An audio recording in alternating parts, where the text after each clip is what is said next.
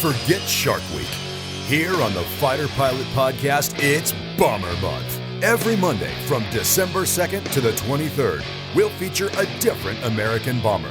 From the venerable World War II era Boeing B-17 Flying Fortress to the cutting-edge Northrop Grumman B-2 Spirit. Never mind the announcements.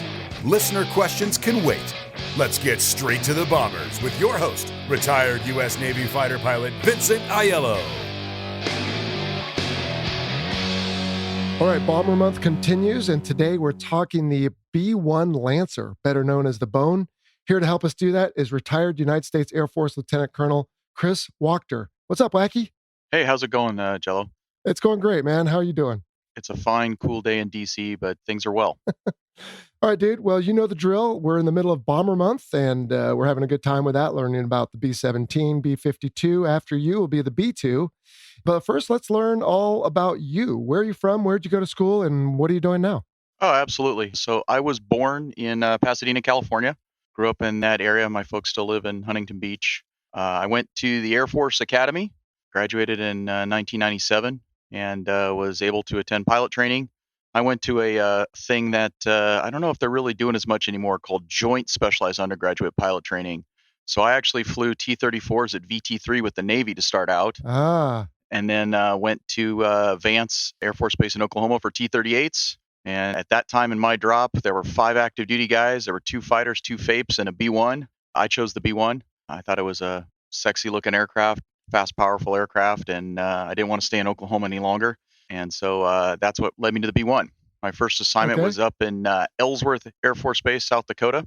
Great assignment. During that time, 9/11 happened. Did not get to go deploy. At that point, I did some jet swaps, but about a year and a half later, our squadron up there merged with the 34th Bomb Squadron, one of the Doolittle Raider squadrons, and we were picked to deploy for the start of Iraqi Freedom. I flew Night 1 in Iraqi Freedom.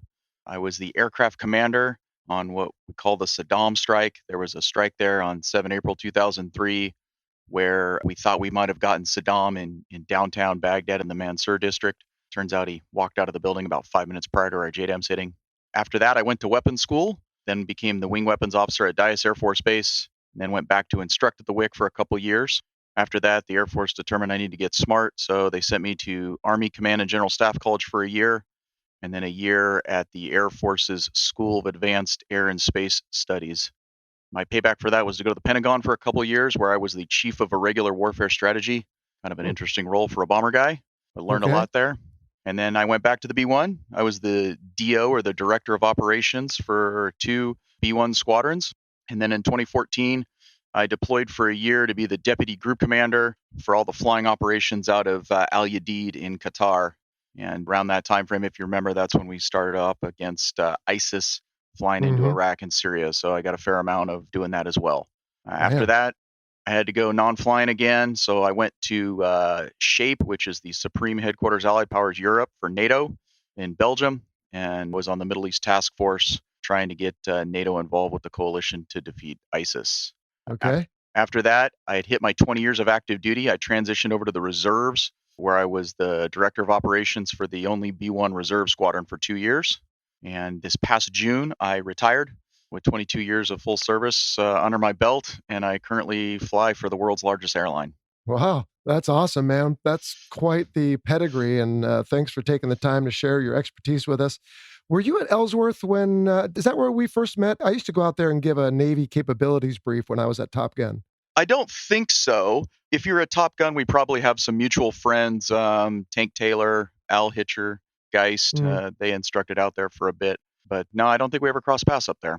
Okay. Thought I'd had at one point a communication with a B-1 guy who maybe he was the guy who put us in touch, who had said that's where we met. Because I was at Top Gun during 9/11 as well. And I used to go out to Ellsworth and give a Navy capabilities brief to the B-1 guys out there. Anyway. Cool. So how many hours in the B-1 do you have? Just shy of 3,000, and about 800 of that is combat. Wow. Green ink. Okay. Yeah. Impressive. All right. Well, you're just the right guy then to talk about the B-1 today. Let's get right to it, man. So this thing has quite the history, like you. Started in what, the late 70s, Carter administration canceled it.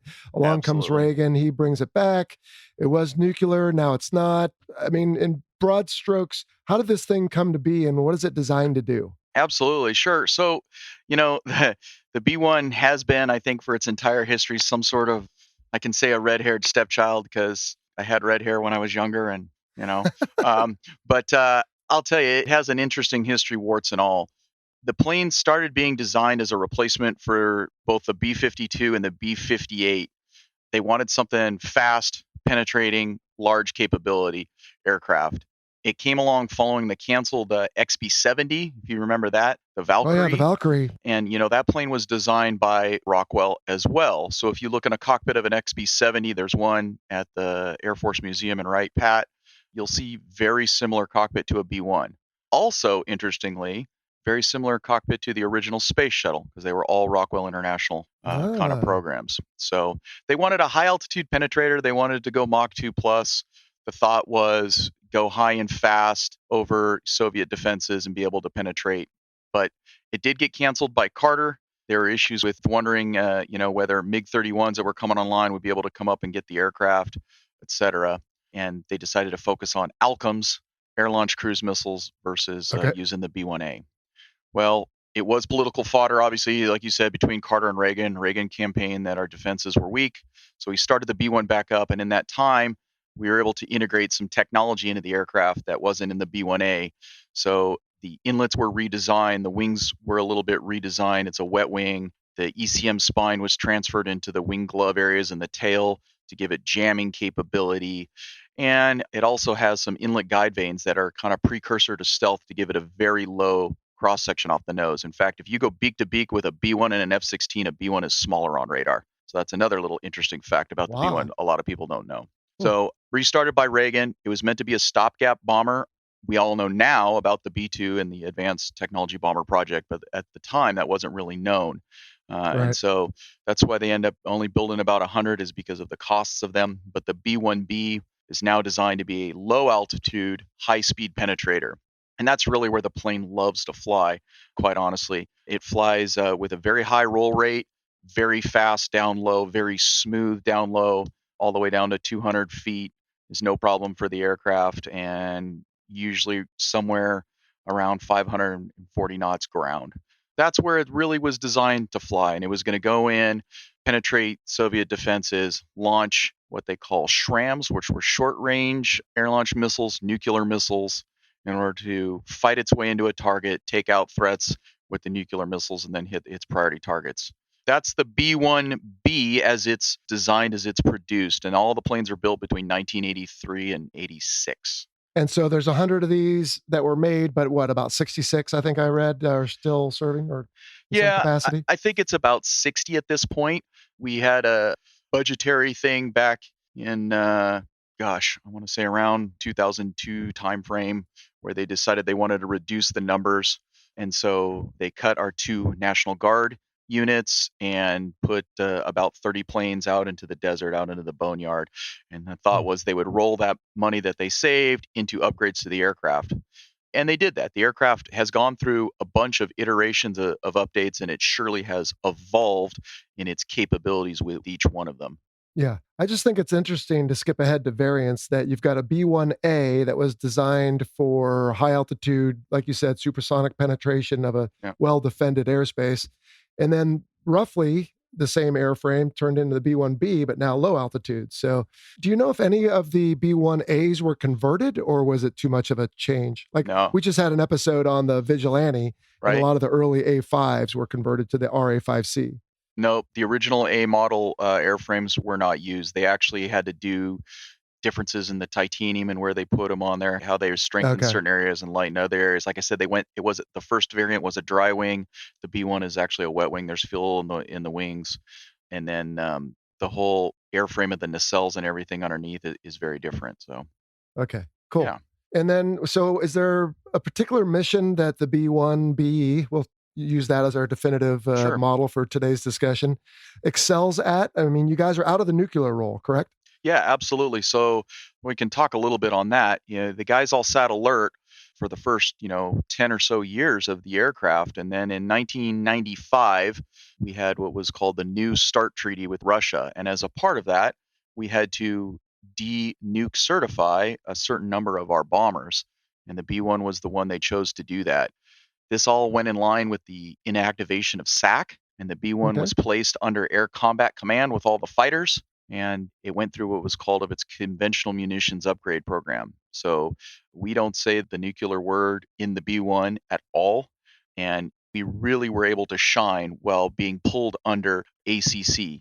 Again, that red-haired stepchild kind of analogy compared to all the fighter guys, but actually there were some great forward-thinking people who integrated us well, and we also learned a lot from them. That's when we started our WIC, our weapons school. That's when we started doing these combined tactics embedded with fighters and whatnot. And that's something that's amazing about the aircraft is there's not any other bomber out there that's going to go at 0.85 Mach or 510 true or whatever the guys want to use as their planning factor for a giant strike push. So we are right there in the thick of it. And in fact, I've had combat missions that I've led where the Viper guys are asking us to slow down so they can hang with us because they want to conserve fuel to get to a Yeah. target area very deep into wherever the territory might be. Yeah. Yeah, so the B-1B, that's the B-1 that is. The B-1A was something that was almost a technology demonstrator that never got built. I like the fact that you explain nobody calls it the Lancer, at least not in the community. We're the bone men that fly it, and that's how we like to refer to it. Yeah, for sure. Now, of the different missions, I mean, you guys, I presume, can do close air support. You can do deep interdiction strikes, different things. Is there a bread and butter mission for you guys now? Absolutely. I mean, the bread and butter mission is going to be strategic attacker interdiction. That's Okay. what the aircraft is designed to do. It has the highest payload of all the bombers. Another lesser known fact, it was designed to carry as much, if not more, than the B-52 in its original design. When we talk in the language of today's munitions and the JDAM, the 2,000-pound JDAM, the GBU-31, the B-1 carries 24, which is the most of all the bombers. The B-2, Wow. I believe, is at 16. And the B-52s, don't quote me on this. I want to say it's at 20 presently. They're also working some internal carry capabilities that they're really going to help them out with Right. guided munitions. Okay. We also carry 24 JASM, which is the Joint Air-to-Surface Standoff Missile, basically a stealth Right. cruise missile. So with those we're going to do primarily strategic attack and interdiction, either hitting high-value targets deep within infrastructure or interdiction, which is taking the enemy's combat forces off the battlefield before they can engage with friendly forces. Those are our bread and butter missions. But you also mentioned CAS, and I'll tell you that since 9/11, that has been the primary thing that the B-1s have done in combat. In fact, I Wow. would argue that the B-1s have dropped more weapons in CAS than any other platform out there, simply because of the numbers of weapons we carry and the fact that the B-1s were nonstop deployed from 2001 all the way until about middle of 2017. Yeah. So lots of CAS. It's a different type of CAS. I've had this discussion many a time at the weapons school or in the squadron bars or at the O Club at Nellis about whether a bomber can do CAS or not. I've also been thanked many a time by people on the ground who appreciate when they're calling in strikes what we can bring to bear with Yeah. the B-1. So lots of CAS. We do carry laser guided munitions, laser updated munitions like the laser JDAM, and then all of the GPS guided munitions as well. Other Right. things that we do that aren't mentioned as much is mining. We have a pretty robust ability to drop mines, and in certain places in the world, that's still a needed thing. The Navy really wants us to do that. We can't get rid of that mission. And then there are all the different flavors of mission that don't kind of fit within the ones I've described, the arm recce, the armed overwatch, things where you're just basically in the air ready to expend ordnance, whether it be passed by targets, whether it be targeted by another aircraft, whether it be called in by the ground. One of the generals in 2003 during the Operation Iraqi Freedom coined the term. He said, "The B-1 is my roving linebacker in the sky." And we kind of took akin to that. We like that. That was a good example of kind of what we did on the field. Yeah. No, I like it. I think what maybe throws people off is when they think of close air support, they might think of like what I used to do in an F-18, which is rage in at, 200 feet, do a pop, in the pop, I'm looking for the smoke, and then I'm rolling over on my back, and the FAC sees me and clears me hot, and then I pull off at 1,000 feet, and I'm gone again. I mean, you Right. guys aren't obviously doing stuff like that. You're probably loitering nearby, and then you can get in the basket, release a weapon, and that could be guided either with the coordinates or a laser or something along those lines. And the benefit of that, of course, is you guys have so many more weapons and so much more loiter time, I would presume, than we do. Absolutely. But you guys are big, as we'll get to in a moment. But in any close air support mission, you need a relatively permissive environment anyway. So yeah, it makes sense that you guys would be good at that. Absolutely. And permissive is all situation dependent, I will say. We had times where there was a B-1 doing casts over the town of Kobani in Syria, and there's nobody out there to assist us other than our own aircraft. We've got some of the C2 architecture keeping an eye on us, but if the Syrians wanted to fly one of their planes up and take a look at us, we didn't have a lot of options other than to kind of monitor and retrograde kind of a thing. Mm. Yeah, it is a different form of cast, but the way that you can integrate it is just amazing. My last combat sortie was in Iraq. We were over Ramadi, and I was working with two A-10s. And because of the sun and the glint angle, they couldn't see where these guys were holed up in a kind of a slit trench. And so we were actually lasing in so they could pick up our laser to line up their gun runs, and then they would acquire the target about 3 to 5 seconds before shooting. And as we checked off, the A-10 guy goes, "I didn't know a B-1 could do that for us. That's amazing." So we were pulling our own coordinates and our own sector of the ground and dropping on ISIS in their gun positions. So That's um, cool. CAS has definitely evolved, that's for sure. The guy on the ground's CAS has evolved. If you talk Yeah. with a JTAC today, he's not looking for the plane anymore. He's not looking for that line unless it's really a situation where that is an issue. A lot of times he's looking in a screen because I'm pushing out my pod footage directly to him, and he wants to see exactly what I'm aiming on, and he knows it. Right. So, Yeah, that's impressive. Dude, let's move on to looks. Now, this yeah, B-1, man, it's like basically a giant fighter. It's single tail, 4 engine, 4 crew, and sweep wings. And it's got yeah. some really flowing lines. I mean, that thing's beautiful, I think. Yeah, it is a lifting body. So for those who know the area rule Coke body kind of design, that was the initial basis for it. And then with the variable geometry wings, it's one of the things we kind of joke is very few people get to see the aircraft in its prettiest with its wings all the way back, because Mhm. most times they see it on takeoff or landing or taxiing around with the wings out. But it does have a beautiful lines to it. Small tail, you'll notice, and that's good for reducing drag. But the vertical stabilizer, another unique feature of the B-1, it's splits. And what I mean by that is that in order to help the B-1 roll, the vertical stab will go up on one side and down on the other, basically like a corkscrew, if you will. And that Mhm. will help the aircraft roll, especially at higher angles of attack. The aircraft doesn't have ailerons, it just has spoilers. Okay. So Yeah. you just throw the spoilers up on one side, that increases drag on that wing drops while the other wing rises, and that's how it rolls. Uh, Gotcha. Very quick roll rate. Your listeners can look out there. There's videos online of guys doing double aileron rolls and whatnot. Tactical reasons for doing that? Well, probably not for a double, but we do roll the aircraft inverted even down at low level in order to clear underneath us. That's the one hard part about the aircraft is the sight lines. We don't have that high visibility that the guys in the fighters do. So we have Mhm. to rely a lot of times on roll and putting the aircraft where we want it in order to see. Yeah. For the wings, if I read correctly, about 15-degree sweep at full forward and about 67.5 full aft. Sounds a lot Yes. like the F-14. Is Yes. that something you guys are manually doing, or is that all part of Yes. the Yeah. flight regime? Oh, you're doing Nope. it manually? It's all manually. In the cockpit, it's a stick and throttle configuration. Each pilot, there are two pilots up front, two weapon systems officers in the back. Each pilot has its own stick and own set of throttles on the left. So it's not a Oh, shared throttle, okay. bank in the center like you would see in a heavy aircraft. Right. And then each pilot has outboard of them, just below the windowsill, a knob that moves the wings so you can sweep the wings from either side. 15 and 20 degree is used for takeoff and landing. 25 degree is used for en route cruise at about 0.72 Mach or 420 true for those who want to speak in that. And then Uh-huh. we can go to 45 wing or 55 wing as an employment kind of wing sweep.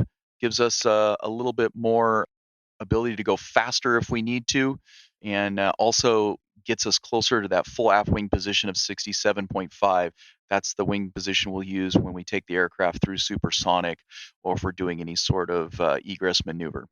And then just out of curiosity, so like in my F-18, when we'd land ashore, we wouldn't just fold the wings for the sake of parking because you lose access to the wingtips.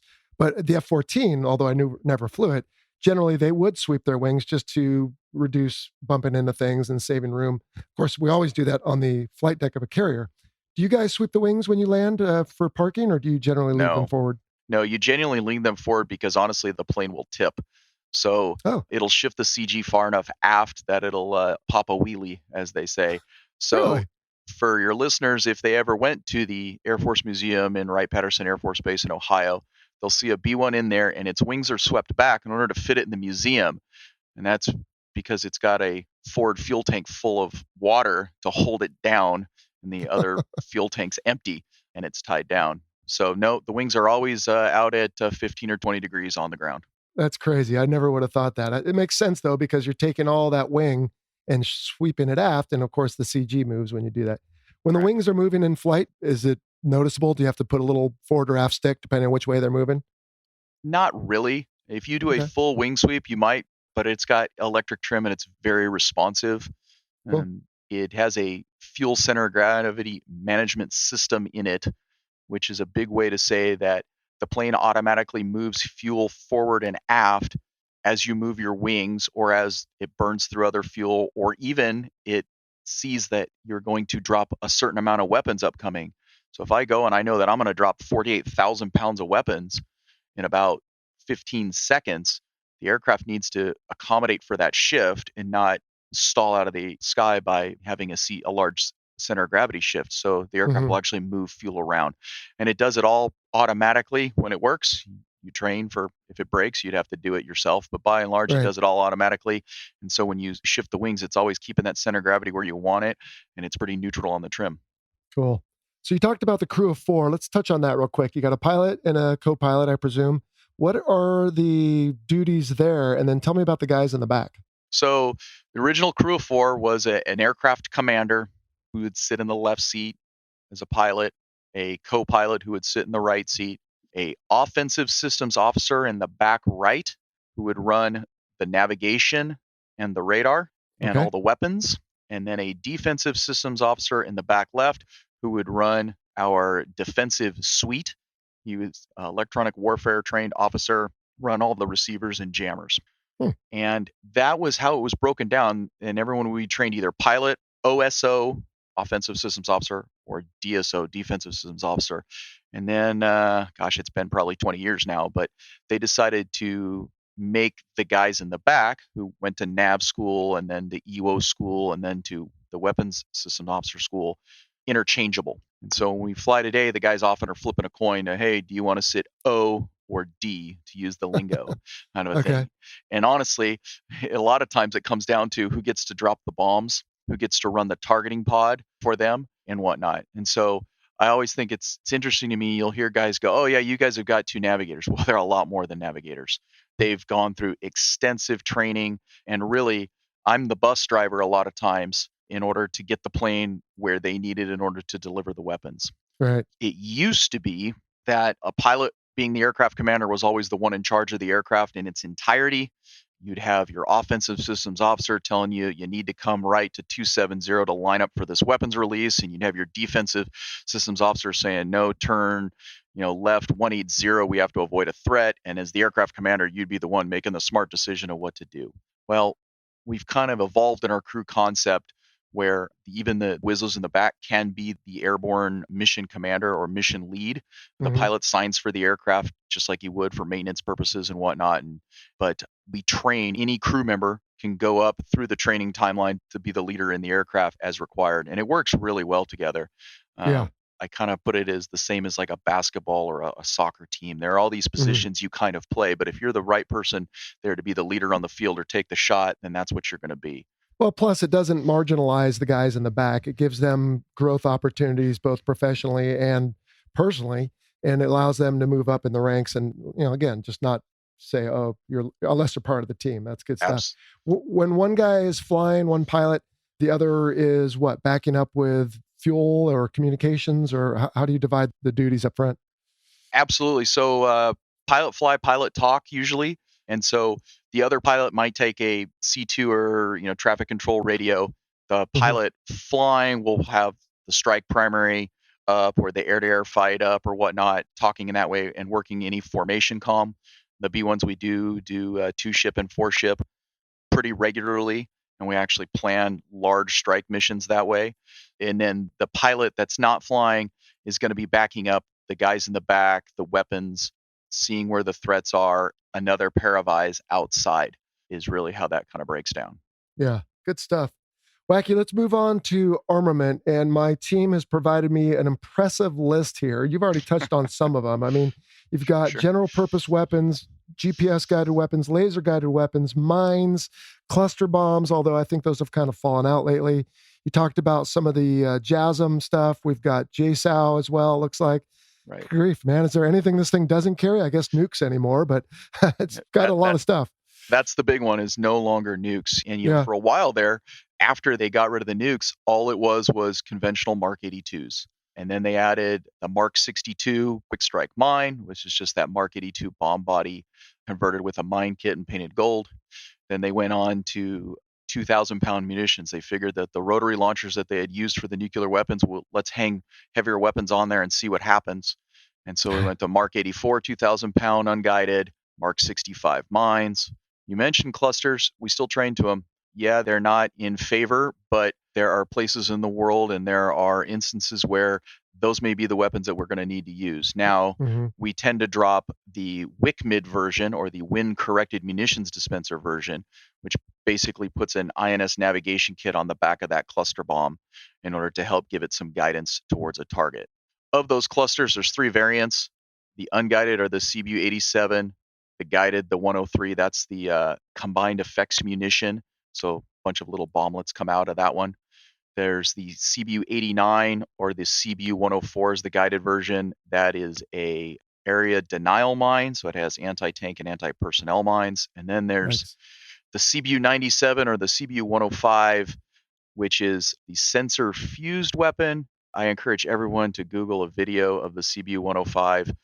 The person who invented this, I've heard him described in multiple ways, but just a mad genius. This weapon sends out these 10 submunitions. They fall.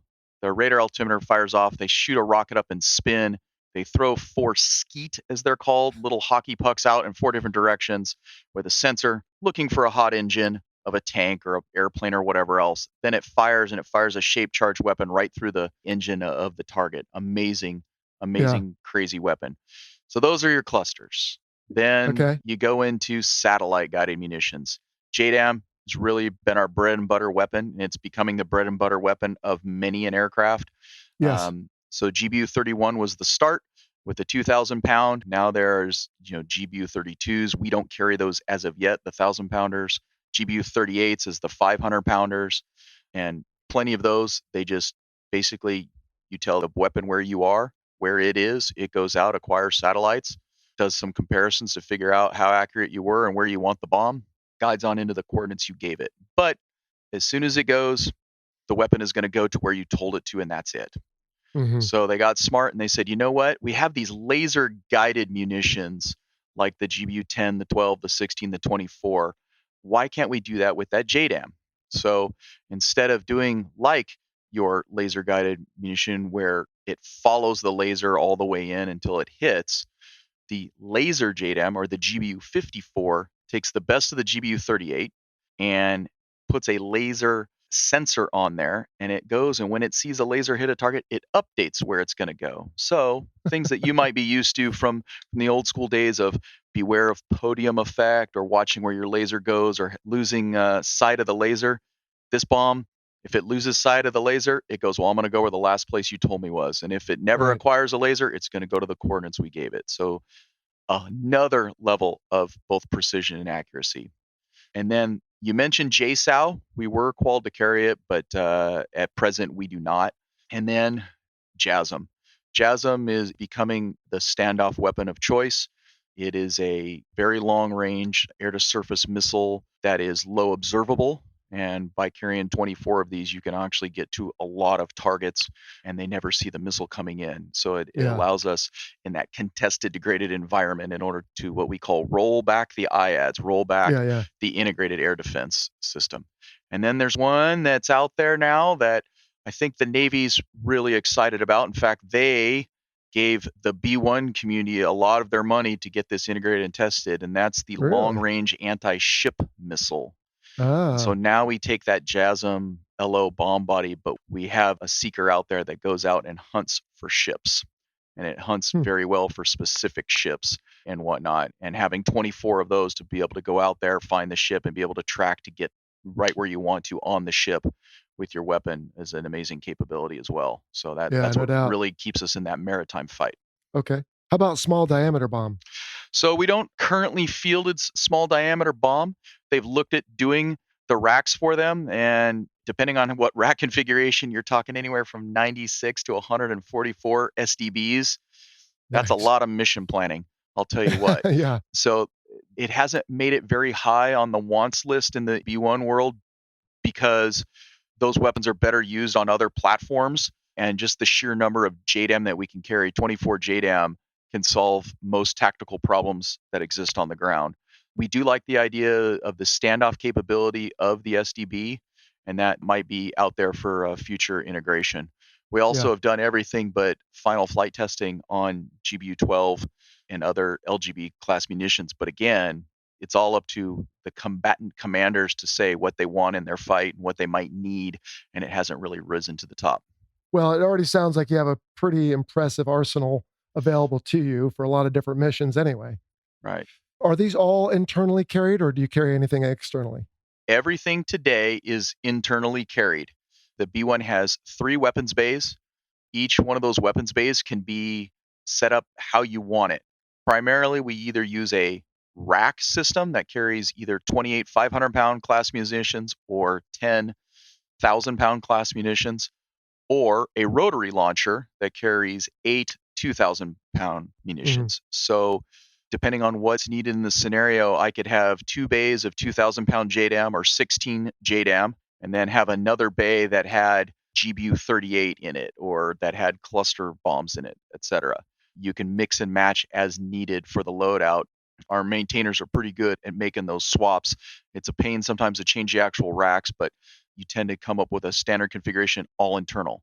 Now, you asked about external. The B1 was originally designed to have the ability to put those SRAM that I talked about externally as well. And so there are hard points on the B1 that you can't really see, that they're flush with the surface. Well, we used one of those in order to get us the sniper targeting pod. So the Right. sniper targeting pod's pretty much the best targeting pod that's currently being used by all of our aluminum fighters and bombers. And so we have that on a pylon. That pylon is also capable of holding a 5,000-pound munition, and the points are there to put one on the other side. So there's been talk about if we wanted to get into something bigger like GBU, I want to say it's GBU 28 is the 5,000-pound one. There's the ability to put that on the aircraft, but at present, we're not funded to do that. Well, just because you can doesn't mean you should. And the people holding the purse strings have to be careful to not spread everything too thin. Yeah. As far as the loading goes, just very quickly, I'm guessing it's you got a whole department. We would call them AOs in the Navy world. I don't know what you call them, but they're probably all adept at this. They've got the ground equipment and everything's modular, right? They can pull up underneath and put something right up into these bomb bays. Indeed. Yeah. And in 2003, it was just amazing to see how fast they could reload a full B1. They're swinging the bombs around, getting them up underneath there, get them into a station, rotate the station, get the next weapon in, kind of a thing. So Yeah. we've got ammo and muns, people who build the bombs, people who load the bombs. And Gotcha. How about, Hollywood never pays tribute to the amount of work that goes in before a flight. In fact, a lot of movies are like, okay, we got to go, and everybody jumps in and takes off and boom, off they go. I mean, if you're carrying precision weapons, especially the numbers you're carrying, I have to think there's a lot of pre-strike planning going on. And I don't want to necessarily bog down too much, but is that something you guys are doing the day before, right before, someone's doing it for you? I mean, how involved is some of the planning? I know it depends on the mission, but just thinking about the weapons, is it pretty detailed? it is very detailed. And that is most of what our training is during peacetime or at home, is teaching all of the aircrew how to plan very complex strike missions, very complex targeting packages with priorities of target and sorts. We talk about 24 weapons, but each one of those weapons can have a different fusing option. It can have a different bomb body, a penetrator versus a non-penetrator. So it can create a very complex solution to work through, and we do train to that. Real world, when you're doing combat missions, the ATO or the air tasking order will drop for the following day, and you break that down to see what you're tasked with. And there's a team in your mission planning cell that are building the whole strike mission and building all the products and cutting the tapes and everything for that, while the aircrew who's going to fly the mission are in crew rest or sleeping. And that is the standard kind of rotation. But what I'll share with you is in Operation Iraqi Freedom, the fights against ISIS, later on fights in Afghanistan. The idea of an air tasking order where we say, hey, and tomorrow we're all going to go out and do this thing, and then the next day we're going to hit these targets. It goes right out the window because the master target list is so dynamic and constantly changing that very often the aircraft will go and have a couple of those kind of strike missions where they're planned. You go and you hit what you need to, and then it quickly evolves into take off with your 24 weapons. You're going to get past time-sensitive targeting in flight or on your way into country. And now the aircrew and the aircraft are having to load all that stuff, come up with a plan on the fly of how to deliver their weapons. I'll tell you, night one of Iraqi Freedom in 2003, it was a 4-ship. I was number 3. We had 96 targets. They changed while we were getting our briefing. They changed while we were getting the engines started and doing our pre-flight checks. And right before we took off, we had one of the weapons officers in our mission planning cell come up with just a spreadsheet of updated info for us to go, hey, just got this from the CAOC, the Combined Air Operations Center.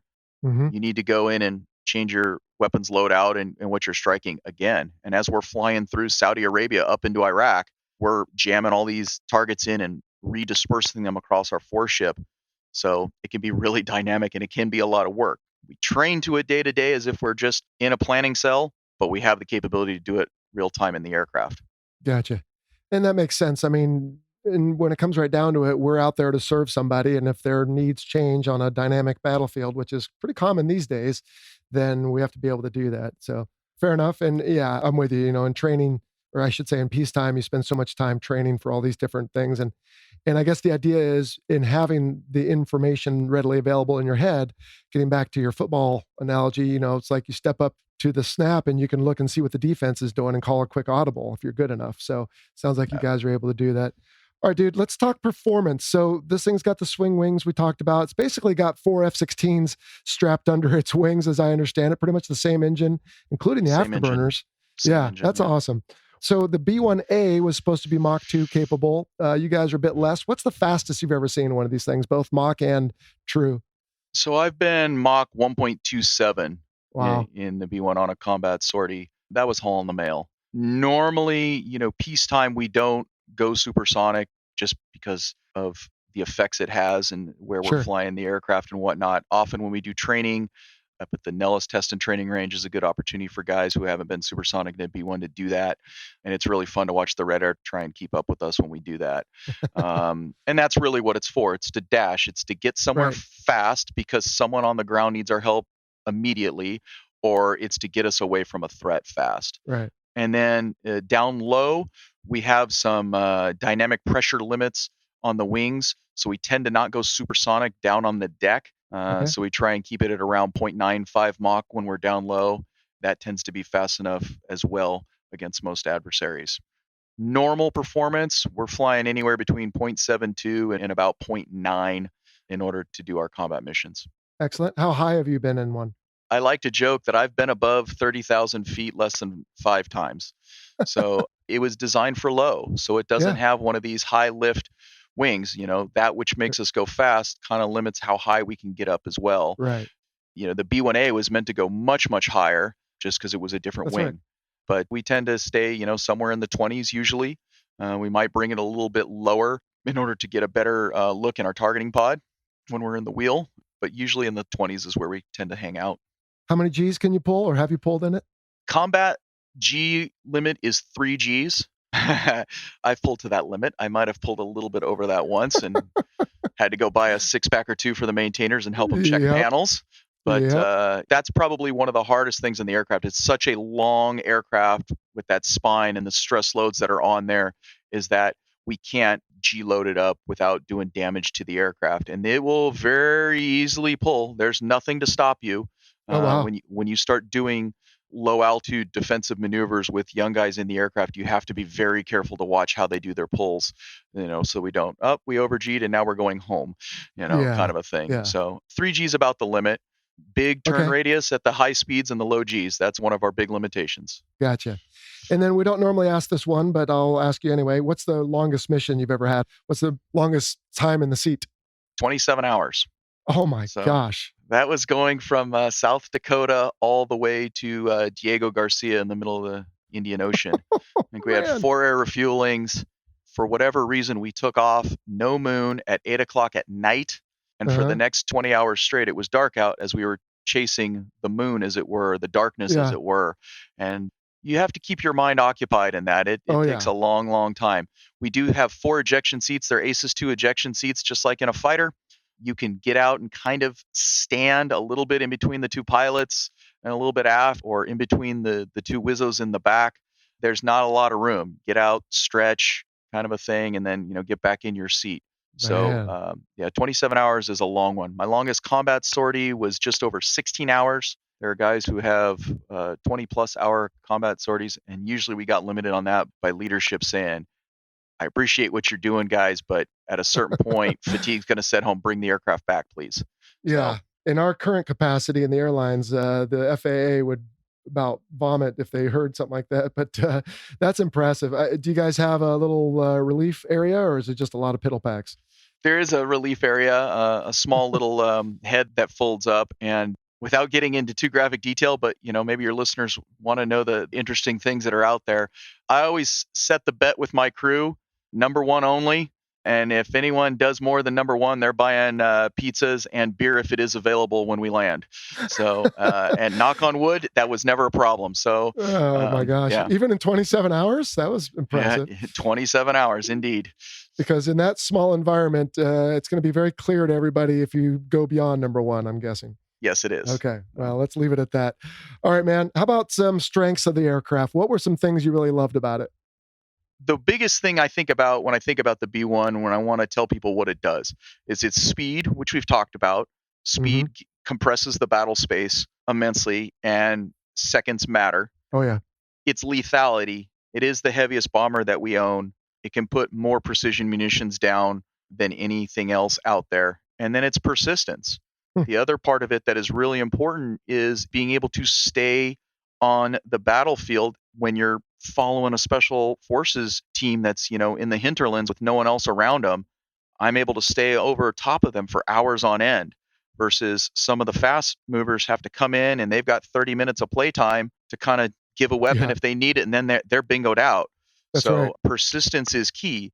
We've also, done a lot of things where we're watching and waiting for something to happen in order to, meet a commander's, desires, a meeting that's supposed to take place, or movement of certain munitions or whatever. And that's where that persistence really helps.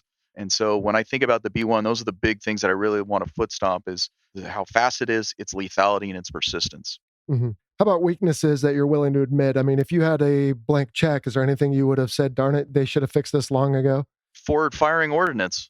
I mean, this is the fighter podcast, right? I have an air-to-air radar. Without getting into too much of the details and the specifics. It has a interleave search and track, just like a lot of our fighters do. The problem is that I can't take this aircraft to the merge, unless I'm going to go for a blow through and hope that someone disrespects me so much that they give me an angle. And it's happened before for fun at flag exercises, but by and large, I have no turn capability and I got no forward firing ordnance. And those are the 2 weakest things about the B-1. But rightfully, people go, but you're a bomber. Yeah, you're right. I want all the fighters to go out there, mix it up, clear the airspace so I can come on in and do my job. And then that's what we teach the young guys is, look, your job is to put the ordnance on target the first time. So all those guys don't have to fight their way to clear the target area for you again the next day. But, it's been joked about, in a lot of places in the world, it becomes a numbers game. And how can I get more AMRAAM? How can I get more air-to-air missiles in the fight? We raise our hand and go, load them up on my plane. We'll launch them. You target them. Yeah. It's just math to determine when I need to turn around, but we could help in that regard. But that's kind of the biggest joke. Give me forward firing ordnance. Well, and it's actually fortuitous for you to say it's math on when to turn around, because I'm working with a friend of mine who used to be our air-to-air mission planning SME at Top Gun, and we're looking to do an episode exactly on that point, because it comes down to what do we know about our own capabilities in the enemy, because that dictates when you fire, when you turn, and et cetera. So we'll get to that on another one. Yeah. All right, man, let's talk notoriety. Now, where would the listener have seen or heard about the B-1, either in the news, in Hollywood? Where has it made its mark? Well, in a couple places. Obviously, we talked about the politics and the money of it. I think that there's a couple things out there that, well, let's talk combat. The B-1s were the first people to shoot the JASSM. They shot them into Syria to take out, I believe it was like a chemical weapons type facility. That happened a couple years ago, I want to say in 2017-ish. So that was the most recent big splashy thing that the B-1s had made the news on. Hollywood, the classic, of course, is Real Genius. The B-1 is the plane that they put the laser on, and the laser shoots the guy's house and turns the corn into popcorn. Right? You see that a bunch. The B-1 was, I think it was featured in one of Transformers movies once. Of course, every aircraft has. Mm-hmm. Yeah, so the one thing that, for good or for bad, it kind of bums us out sometimes for those in the B-1 world is we are not as visible a bomber as some of our other bomber brethren.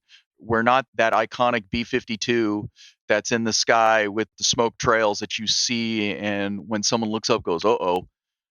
We're not that unique, amazing looking airfoil of the B-2, that stealth bomber kind of a thing. We're fast, we tend to fly low, and we're not often seen in the sky as much, but we're definitely there. The B-1 has been that workhorse, if you will, of the bomber fleet for the past, 17 years now.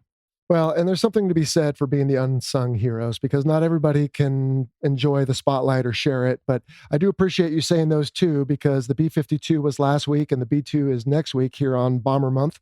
So everybody will get a chance to catch up on all those aircraft.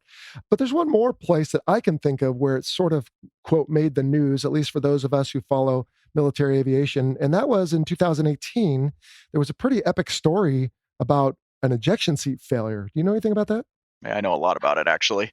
Yeah, here's what happened. The training squadron, what you might call the RAG, they have relatively new student pilot, relatively new student Wizzo, 2 instructors, and they're doing a 2-ship low level down kind of along the Texas-Mexico border, some nice terrain where we do that. The squadron commander is in the number 2, and one of his instructors is in the lead aircraft. And as he's flying along, he looks over and he sees something pop out the side of one of the engine nacelles and sees flames shooting out.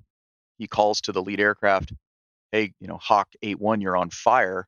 And they say, "Yeah, we know, we're climbing." And they climb up and they run through boldface procedures. With fire, you got to shut down engines, dump agent in, hope that the light goes out. And they do all this as they're climbing to what we call our min-safe altitude, basically an altitude at which they can hold that altitude and they won't hit any terrain. We always climb to that altitude first, so that way I can take my head into the cockpit to deal with the system issue. And so as they do that, they go through the whole procedures and the fire doesn't go out. Our boldface and our procedures are pretty clear that if you can't get that fire out and that plane's burning, you need to eject. I think that's common to most aircraft, by the way. I would think so as well, right? Yeah. Now, there's 2 factors that kind of come into play here. About 2 years prior to that, maybe a little bit more, we lost a B-1 up in South Dakota where they had a fire issue, and it was a fuel pipe that had cracked, and it ends up blowing the wing off the aircraft, and the guys eject. One of the guys got hurt pretty bad in the ejection, but they all lived, and they were down low, and you had to make that decision quick.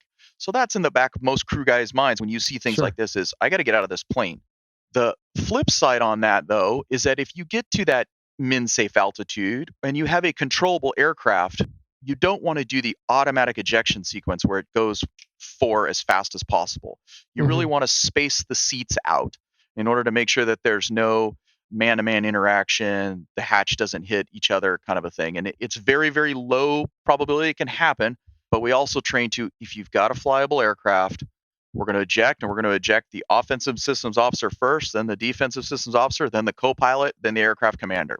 That's right. that he goes last. So that's what Mhm. they decide to do. And the kid that has to pull the ejection handles to start all off is like his second flight in the aircraft. Oh, And man. he gets there, gets in a position, pulls the handles, his hatch blows, his seat retracts, and nothing happens. And you wait, and then he looks over to his instructor, and his instructor's going, "Oh my God, he didn't eject. What the heck's going on?" Now their calculus completely changes, right? Right. Dead to rights, those other three guys could have ejected and said, "Well, his seat didn't work, but I got to get out of this plane, make sure my seat works." But the pilot said, "I'm still flying. I still got a flyable bird. I'm going to fly with this and try and get it somewhere. And maybe, these indications the fire will go out." And they talk and they do that. And that aircraft continues to burn for, about 5 to 7 minutes as their flight lead now starts leading them towards Midland. And the fire and the smoke that is seen by the other craft basically goes out right before they land. And they land on the runway, get out of the jet, save the guy's seat and everything. They're able to recover that aircraft and the guy whose seat didn't go. And Wow. so, I mean, it's bravery, I think. It's a pretty good way to say it.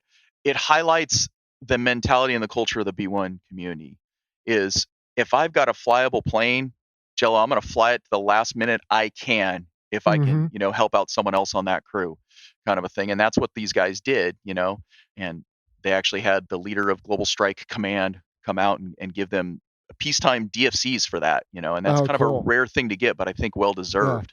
Now Well, you're going to yeah. want to know what happened and why it happened, and I can tell you that as well. Sure. Ejection seats have a bunch of short and long mild detonating cord, Mhm. basically explosive train that goes through when you pull the handles in order to do everything it needs to do to shoot the seat off. And for whatever reason on the B-1's ACES 2, they use an external tubing made of aluminum instead of silver, like is in some of the other aircraft that use these seats, the F-16, the F-15, and whatnot. One of these aluminum tubes was getting crimped in the wrong spot, and it was breaking the detonating cord chain just enough that it gapped, and when it fired, it didn't go. And Wow. so it's one of those one in a million things. And they Yeah. went and they said, well, let's start checking the seats and the lots. And then they found that there were issues across a couple lots. And as far as I understand it, it was traced back to just one gentleman in the manufacturing, nothing purposeful, just he was not following the spec as it was supposed to be, but in a way that he thought it was. And he was over crimping these lines. And so we ended up having to Oh. replace all the lines across all the B1s in order to get them flyable again. And that was a tough time for the B1 because we had guys in the Middle East flying combat missions. Mhm. And, to know that you don't have a seat in case someone shoots at you, because there's still a manpad threat out there. There's still, Yeah. the possibility something goes wrong or you're out over the water somewhere where you can't make it to a piece of concrete kind of a thing. And Mhm. so we had to work through all that, but it's been resolved. It's been fixed. It's been remanufactured. I think that the leadership involved really took the crew's inputs to heart. There were some amazing crew that stepped up and said, you know what, I know that the seats are unreliable, but in peacetime in the States, I'm going to keep flying these for a bit until they get them fixed because we got to keep the mission going and we got to keep people trained. So Right. it was a dynamic time for our community. I'd forgotten about that one. Yeah. Okay. Well, I mean, I guess the good news in this and the happy ending is that they actually saved an airplane that otherwise they would have bailed out of. And I certainly hope nobody's considering changing the procedures because if you got a fire you can't put out, like I said earlier, it's almost immaterial what kind of airplane it is, you're going to hop out of it. Right. I think the other thing I'm thinking is I don't mean to take away from the bravery of the crew, but I would certainly hope that that's what they would do. I mean, this is the military. We live together and die together. And if the other three dudes like, well, sorry, dude, we're out of here, bailed, I don't know how they could live with themselves. So I obviously agree with that decision as much as Yeah. it would suck. Yeah. Well, we had an unnamed gentleman came to speak with us, and he was an engineering type that worked on the seat. And I remember this clearly because his perspective was different than the one that you just shared and the one that I think about, where he basically said something along the lines of, well, the other three guys had perfectly good seats and they could have used them. And I said, sir, clearly you don't fly this aircraft or integrate with these ladies and gentlemen. Yeah. That's not how we operate. We're going to Yeah. fight to bring our crew back every time. And that's how we integrate. In a lot of ways, I've heard people say it before. Imagine you take your four ship and you cram it all into one cockpit. Those are the other three people you rely on in a formation. It's the same thing Hmm. in that air crew, in that cockpit. I cannot do my job without the other three people, and I put my life in their hands and they in mine. That's right. Well, and that is the profession of arms. I mean, if you're not at peace with that when you join, then you're in the wrong business because nobody wants it, but you may have to make that ultimate sacrifice. And sometimes you do it together. So, dude, Very heavy good. stuff, man. Very good. Hey, Wacky, we get to that point in every episode where I think, gosh, we could just keep going on and on, but I think we've covered most the relevant stuff that I had on the outline for you. What did we miss on the Rockwell B-1 Lancer today that you think the listener should know about? And Yeah. again, I know there's plenty, but just big picture stuff. So the future of the aircraft, I don't think we've Okay. talked about. Yeah, there you go. I'm going to use your platform to make a pitch, basically, because the Air Force has put out a bomber roadmap, and in that bomber roadmap, there's a new bomber coming on, the B-21 Raider. And in order to pay for it, in order to make space, they're going to get rid of some bombers, and they're going to get rid of the B-1 and the B-2 is their game plan. And they're going to keep the B-52 because of its unique capabilities that it has that are continuing to be needed. This is supposed to happen, in 5 to 10 years. But if history is a guide, we never bring a new platform on in an original design timeframe. And I definitely see there's a need for the B-1 to continue for a while. And there's been a lot of really smart think tanks in this realm talking about, hey, we should not reduce our number of bombers because, again, it's all just math. And there are target sets out there that require it. There's locations on the planet where nothing else can get there but a B-1.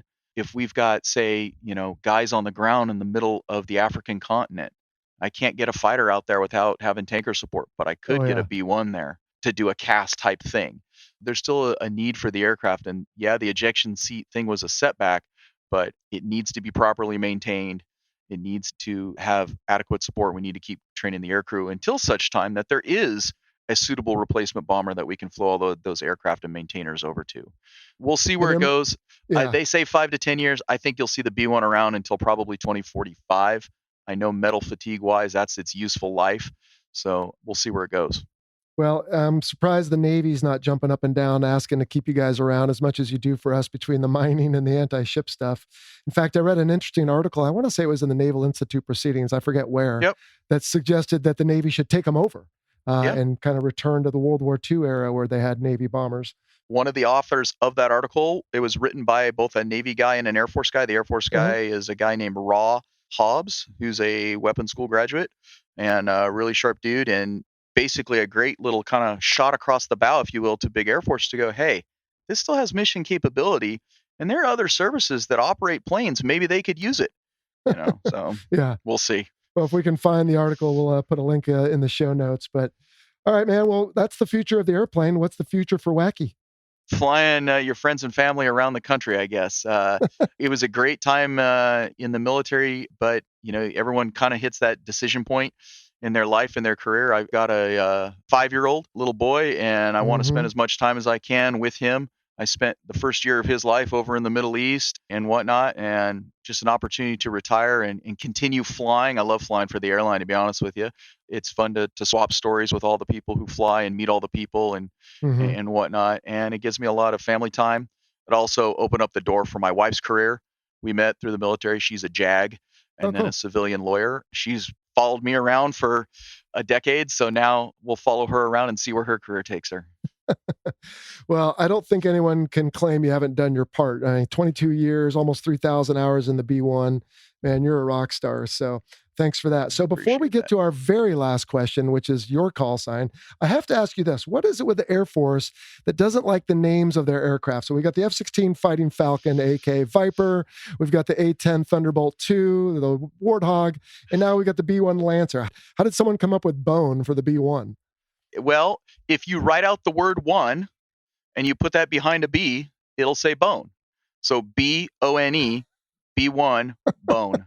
Evidently, that I don't know where it came from. It's older than me, but that's where it is. Now, why the Air Force does that, it's the same reason why I have a first name and I've also got a call sign.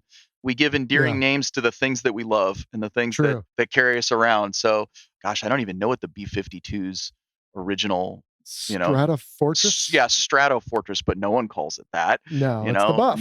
The B-2 doesn't go by the Spirit, maybe they do. I don't know. But I think that it's kind of interesting that way. And you'll see that, every plane's going to have their own kind of nickname that's kind of external to what the powers that be vote on. Yeah, that's true. And that's a good point is we tend to like endearing terms. I'm sure people who have dogs have nicknames for their dogs too, et cetera. So, Right. all right, man, I'm feeling pretty sheepish though. I never thought of B-1. That's duh. All right, good one. How about you, Chris Wachter? How did someone come up with wacky? Ha! I'll tell you this much. Wacky was not my first call sign. Okay. My first call sign was Tourette's because I swore a lot and talked with my hands. But that is not the most politically correct call sign. And after the Saddam Strike that I led, I kind of got the raised eyebrow about maybe we shouldn't be telling people this is your call sign. And I get it. It was given to me, I kind of a thing, but I don't want anyone to take offense that a condition that people can't or maybe Right. born with or whatever, like I'm making fun of it or something, which I surely wasn't. Right. So Gotcha. we had a giant reattack. I had to buy a lot of beer, and it all came down to wacky is just a play off my last name, and it kind of fit with the previous kind of call sign. I've always kind of done things just a little bit differently. I always kind of pushed the limit and the edge to see where it was, and wacky it is. I've had people tell me it's an unfortunate call sign.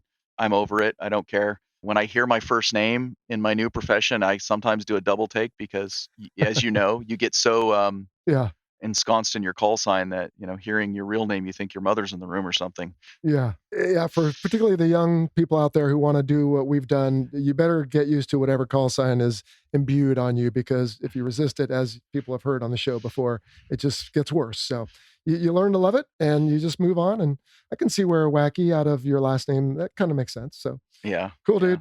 Well, Wacky, I think you well represented the B-1 bone, we'll say. That was a lot of fun, man. I just want to thank you for your time, for your service. And what else you got for us? Nothing. I really appreciate the opportunity and look forward to hearing what the rest of my bomber brethren have to say. Thanks for including us on the Fighter Pilot podcast, and maybe branch out to talk with the mobility bubbas and the special ops community. There's amazing aviators out there with amazing stories, and thanks for having this platform to get it out there. And for anyone who's thinking of getting into aviation, just go for it. It was a dream of mine as a young kid, and I just kept working towards it, and I don't regret a day or a minute of it. There you go. That's as good as it gets. Let's wrap it up on that note. Thanks again, Wacky. We'll see you. All right. Have a good one. Cheers.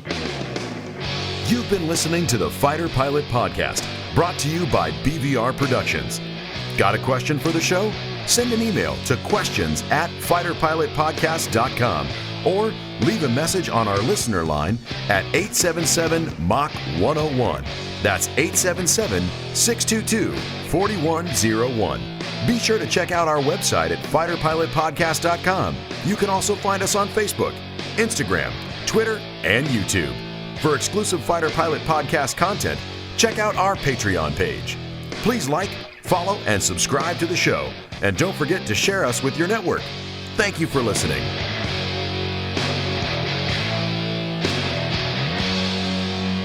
The views expressed in this presentation are the personal views of the host and our guests and do not represent the position of the Department of Defense or its components.